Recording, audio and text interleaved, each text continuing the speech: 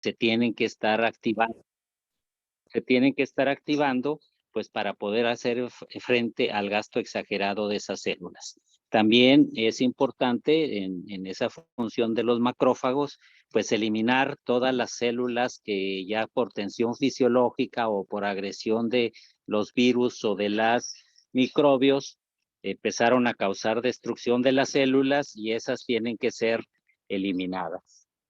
En ese sentido, pues el gasto de estos tejidos, del gasto del corazón, el gasto de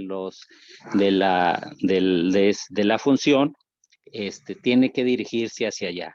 Y otros tejidos, como por ejemplo el tubo digestivo, en donde pues está en quietud y que tampoco hay mucha ingesta de alimento, el lecho esplácnico se disminuye al mínimo y todos se desvían hacia el resto de los tejidos.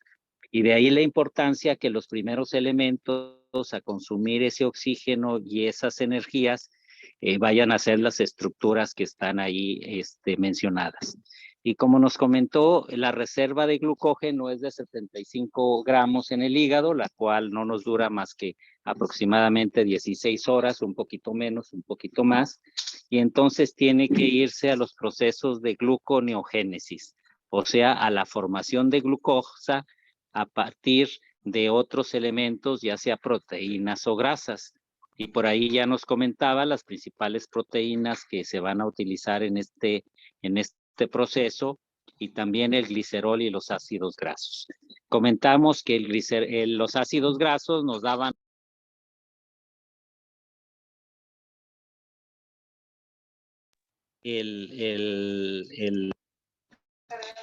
las proteínas nos daban 4 kilocalorías y los carbohidratos 4 kilocalorías. En ese tenor, pues vemos nosotros que algunos de los órganos, por ejemplo el corazón, pueden utilizar como sustrato no nada más las calorías que son las más fáciles de aportar, sino que también lo puede ser a través del glicerol, de las cetonas y de los ácidos grasos, o sea que ellos también tienen su metabolismo, no nada más a través de la gluconeogénesis del hígado, sino que ellos lo pueden utilizar directamente de la sangre.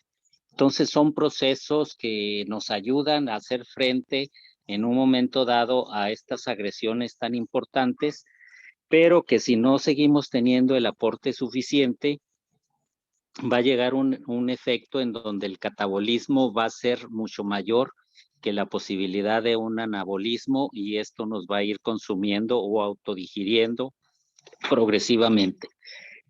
A tal grado que si en un momento dado ya no hay los suficientes sustratos para seguir los procesos de defensa, entonces el organismo va a caer en una franca depresión y puede ser superado por los efectos inflamatorios y patógenos de los organismos y entonces la persona llega a fallecer. De ahí la importancia de siempre considerar en los estados de catabolismo, por ejemplo, en las quemaduras, que es donde comentamos que era el mayor número de necesidades, que haya que ver todos los métodos alternativos de administración de energéticos, que posteriormente ya tienen los temas asignados en los cuales vamos a ver a través de sonda enteral, a través de nutrición parenteral parcial o a través de la nutrición parenteral total, para de esta manera nosotros llegar de veras a realizar el aporte de lo que se necesita. Y ante eso, ya después vamos a ver la fórmula de Harrison-Benedict, que es la que nos va a plantear tanto en el hombre como en la mujer cuáles son las necesidades calóricas más reales. Por lo pronto, las basales, ya lo comentamos, de 22 a 25 kilocalorías por kilo de peso. Muy bien, adelante. Bueno, vamos a hablar del metabolismo de carbohidratos. Los carbohidratos que se ingieren se digieren principalmente en intestino delgado, en donde las enzimas pancreáticas e intestinales van a reducir de carbohidratos complejos a unidades diméricas. Las disacaridasas en el borde, en el cepillo intestinal van a doblarlo a los carbohidratos complejos a unidades simples de hexosa. y estas se van a transportar a través de la mucosa intestinal. La glucosa y la galactosa se van a absorber por transporte activo dependiente de energía acoplado a la bomba de sodio, y la absorción de fructosa va a ocurrir por difusión facilitada dependiente de la concentración. Ni la fructosa, la galactosa en la circulación, ni el manitol exógeno van a producir una respuesta de insulina. La administración intravenosa de fructosa en dosis baja en personas en ayuno se asocia con conservación de nitrógeno, pero todavía es necesario demostrar su utilidad clínica de la administración de la fructosa en seres humanos con lesiones. La revisión del metabolismo de carbohidratos se refiere sobre todo a la utilización de la glucosa. La oxidación de 1 gramo de carbohidrato va a producir 4 kilocalorías, pero las soluciones con azúcares, como las que se utilizan para soluciones intravenosas o en nutrición parenteral, van a proporcionar solo 3.4 kilocalorías por gramo de glucosa. En los estados de inanición, la producción de glucosa va a ocurrir a expensas de las reservas de proteínas. De ahí que el objetivo primario para la administración de glucosa en pacientes quirúrgicos es reducir la pérdida de músculo. La administración exógena de pequeñas cantidades de glucosa va a facilitar la entrada de las grasas al ciclo de los ácidos tricarboxílicos y va a reducir la cetosis. A diferencia de la inanición en personas sanas, no ha sido demostrado que el suministro de glucosa en individuos con septicemia o con traumatismo haya suprimido por completo la degradación de aminoácidos para gluconeogénesis. Esto sugiere que durante los periodos de tensión fisiológica, otras hormonas y mediadores proinflamatorios tienen una influencia notable en la tasa de desdoblamiento de proteínas y es inevitable cierto grado de pérdida del músculo.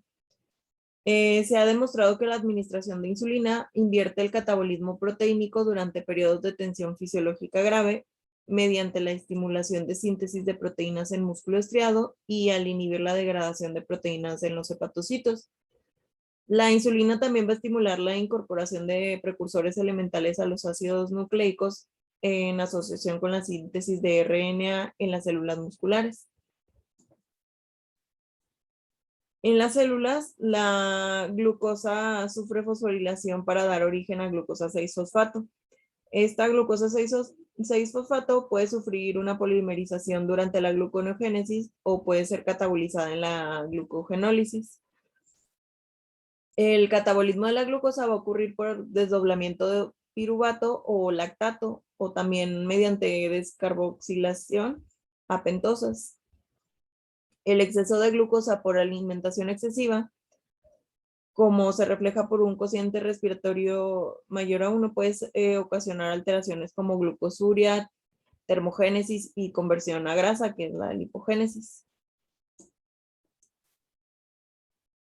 Cuando hay una administración excesiva de glucosa, esto ocasiona un incremento en la producción de dióxido de carbono, y esto puede ser nocivo para los pacientes con función pulmonar subóptima, y también puede producir hiperglucemia, que puede contribuir a un riesgo de infecciones y de depresión inmunitaria.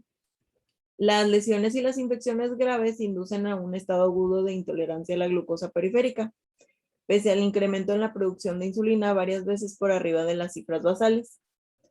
Esto puede ocurrir por la reducción de la actividad del piruvato deshidrogenasa del músculo estriado después de una lesión, lo que va a disminuir la conversión de piruvato a acetilcoenzima A y más tarde su entrada al ciclo de los ácidos tricarboxílicos. Las estructuras con 3 carbonos que se acumulan en consecuencia van a ser desviadas hacia el hígado como un sustrato para gluconeogénesis. Y también los estudios de cateterismo hístico regional y de dilución de hisopos han demostrado un incremento en la producción neta de glucosa esplácnica en 50-60% en pacientes sépticos y de un 50 a un 100% en pacientes con quemaduras.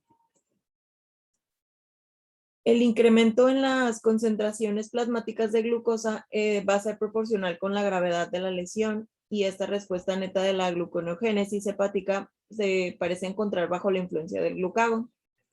En pacientes en estado crítico con hipermetabolismo, la respuesta de gluconeogénesis hepática a la lesión o septicemia no puede ser suprimida por administración excesiva de glucosa exógena, sino que más bien va a persistir. La gluconeogénesis hepática, que es originada principalmente del catabolismo de alanina y glutamina, va a proporcionar una fuente energética fácilmente disponible para los tejidos. El incremento en las concentraciones de glucosa también proporciona una fuente energética necesaria para los leucocitos en los tejidos inflamados y en los sitios de invasión microbiana. La desviación de la glucosa fuera de órganos no esenciales como el músculo estriado y el tejido adiposo va a estar mediada por las catecolaminas. Aunque la administración en goteo de glucocorticoides no aumente las concentraciones de glucosa, va a prolongar e incrementar el efecto hiperglucémico de las catecolaminas y el glucagón cuando se administran glucocorticoides en combinación con catecolaminas. Las reservas de glucógeno en el músculo estriado se pueden movilizar por la activación de la adrenalina sobre los receptores beta-adrenérgicos. Las proteínas que se unen a la proteína G más tarde activan un segundo mensajero CAMP. El CAMP va a activar la fosforilasa sinasa que va a ocasionar la conversión de glucógeno a glucosa 1-fosfato. La fosforilasa sinasa también puede ser activada por un segundo mensajero que puede ser el calcio a través del desdoblamiento del fosfato de fosfatidilinositol, lo que ocurre con la glucogenólisis hepática mediada por vasopresina. En el transporte de glucosa y señalización, las membranas celulares hidrófobas son relativamente impermeables a las moléculas de glucosa hidrofílicas. Van a haber dos clases diferentes de transportadores de glucosa en membrana en los sistemas humanos. Estos son facilitados por transportadores de glucosa de difusión facilitada, que son los GLUT, que permiten el transporte de glucosa siguiendo su gradiente de concentración, y el sistema de transporte activo de sodio-glucosa, que transportan moléculas de glucosa contra su gradiente de concentración por transporte activo. Desde 1985 se han clonado numerosos GLUT humanos funcionales. Los GLUT1 se van a expresar en concentraciones más elevadas en los eritrocitos de los seres humanos, donde pueden incrementar la capacidad de transporte de glucosa de la sangre. Se expresan en muchos otros tejidos, pero pues se encuentran poco en el hígado y en el músculo estriado. También desempeñan una función crítica en la captación cerebral de glucosa, ya que la principal isoforma de GLUT se expresa de manera constitutiva por el endotelio de la barrera hematoencefálica. Los GLUT2 son el principal transportador de glucosa de los hepatocitos. Esto también se expresa por las células de absorción intestinal, células beta del páncreas, células del tubo renal y células beta secretoras de insulina. Estos también son importantes para la captación y liberación de glucosa en estados postprandial y de ayuno. Los GLUT3 se van a expresar en grandes cantidades de tejido neuronal del encéfalo y parecen ser importantes en la captación neuronal de glucosa. Los GLUT4 son de importancia para el metabolismo del ser humano porque estos son el principal transportador de glucosa de los tejidos sensibles a la insulina, tejido adiposo, músculo estriado y cardíaco. Un defecto en la translocación mediada por insulina de GLUT4 de la membrana plasmática causa una resistencia periférica a la insulina. Por lo tanto, estos desempeñan una función crítica en la regulación de la homeostasis general de la glucosa. Se han llegado a identificar GLUT5 en varios tejidos, pero se expresan principalmente en el yeyuno. Aunque tiene cierta capacidad para transportar glucosa, son de forma predominante transportadores de fructosa. El SGLT es un sistema de transportadores de glucosa diferente que se encuentra en el epitelio intestinal y en los túbulos renales proximales. Estos sistemas van a transportar sodio y glucosa al interior de la célula y la afinidad para este transportador se incrementa cuando se unen los iones de sodio. El SGLT1 va a predominar en el borde del cepillo de los enterocitos del intestino delgado y va a mediar en la captación activa de glucosa luminal. También el SGLT1 en la luz intestinal incrementa la retención intestinal de agua a través de la absorción osmótica. SGLT1 y el SGLT2 van a asociarse con la absorción de glucosa en los túbulos renales proximales. El metabolismo de proteínas y aminoácidos, el promedio de consumo proteínico en adultos jóvenes varía de 80 a 120 gramos por día y cada 6 gramos de proteína producen casi 1 gramo de nitrógeno. La degradación de 1 gramo de proteína va a dar origen a casi 4 kilocalorías de energía.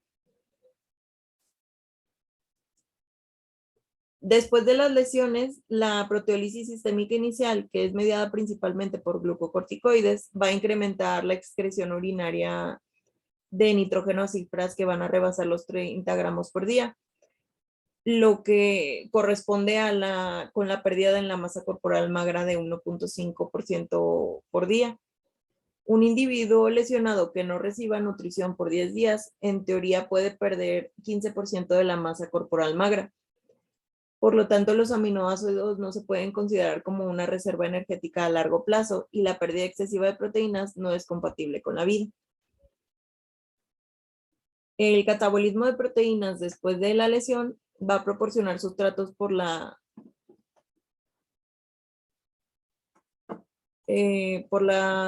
gluconeogénesis y para la síntesis de proteínas de fase aguda. Los estudios de incorporación de aminoácidos radiomarcados y el análisis de proteínas van a confirmar que los músculos estriados suelen presentar agotamiento preferencial después de lesiones agudas, mientras que en los tejidos viscerales permanecen relativamente conservados. La excreción acelerada de urea después de una lesión también se asocia con excreción de elementos intracelulares como azufre, fósforo, potasio, magnesio y creatinina. La utilización rápida de elementos como potasio y magnesio durante la recuperación de lesiones mayores puede indicar un periodo de cicatrización de tejidos. Los cambios netos en el catabolismo y síntesis de proteínas van a corresponder con la gravedad y la duración de la lesión. Las intervenciones quirúrgicas programadas y las lesiones menores van a ocasionar baja síntesis de proteínas y un desdoblamiento proteínico moderado. Los traumatismos graves, como quemaduras y septicemia, se van a asociar con un incremento en el metabolismo proteínico. El aumento en el nitrógeno urinario y del equilibrio nitrogenado negativo pueden detectarse poco después de una lesión y alcanzar su máximo en 7 días. Este estado de catabolismo proteínico puede persistir hasta por 3 a 7 semanas. El estado físico previo del paciente y la edad pueden influir en el grado de proteólisis después de la lesión o septicemia. La activación del sistema ubiquitina-proteasoma en las células musculares es una de las principales vías para el desdoblamiento proteínico durante la lesión aguda. Y esta respuesta se acentúa por la hipoxia hística, acidosis, resistencia a la insulina y el aumento de las concentraciones de glucocorticoides. Y eso sería todo.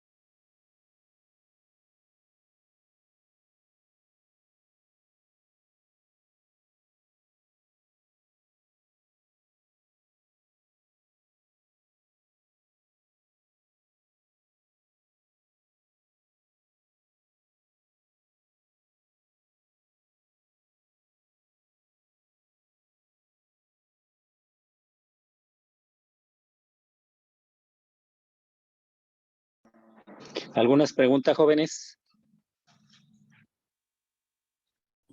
No, doctor. No.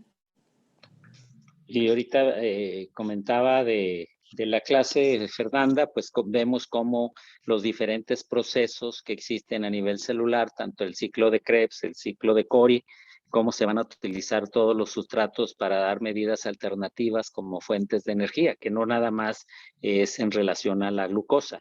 Y que a pesar de que en un momento dado pudiéramos administrar una carga extra de glucosa, no necesariamente por eso se va a detener los procesos de gluconeogénesis a partir de proteínas y de ácidos grasos, sino que estos se siguen dando porque son sustratos que van a aprovechar algunas células directamente y también son sustratos que en un momento dado van a servir a las células para formar nuevas proteínas. Esta generación de movilización de los sustratos energéticos. Ahorita ya nos mencionaron cuáles son los transportadores que en un momento dado facilitan para que estos sustratos puedan ingresar y moverse más fácilmente en la sangre y en los tejidos. Y también nos da cuenta que el metabolismo de 6 gramos de proteína nos va a llevar a una pérdida de nitrógeno de 1 gramo. Y esto nos sirve para evaluar qué tanto, que es normalmente lo que ocurre, y qué tanto está exagerado este proceso inflamatorio en un paciente. Considerando también que las proteínas, bueno, pues nos van a dar 4 kilocalorías por gramo de proteína, y 9 kilocalorías en el caso de las grasas. Entonces, esto es repetitivo, pues para saber que los tejidos tienen que funcionar en esos sistemas, y considerando que las células pues van a utilizar tanto la alanina, en el caso de las proteínas, que es la proteína que más se puede utilizar, igual que la glutamina, pero en los ácidos grasos, las cetonas y el lactato también pueden volver a ser utilizados, y el glicerol directamente, y pueden movilizarse a través de estos sustratos para originar energía. Estas condiciones, comentaba Fernanda, que no puede ser únicamente exclusivo a través de la degradación de las proteínas, porque en un momento dado esto también es incompatible con la vida. Muy bien, ¿quién sigue, joven? Yo, doctor. Le continuamos, es que queda 1 minuto de clase. Bueno, no, pues continuamos mañana, pero. Ok. Ok. Hasta mañana, jóvenes. Hasta Mañana, mañana. doctor. Hasta mañana. Mañana.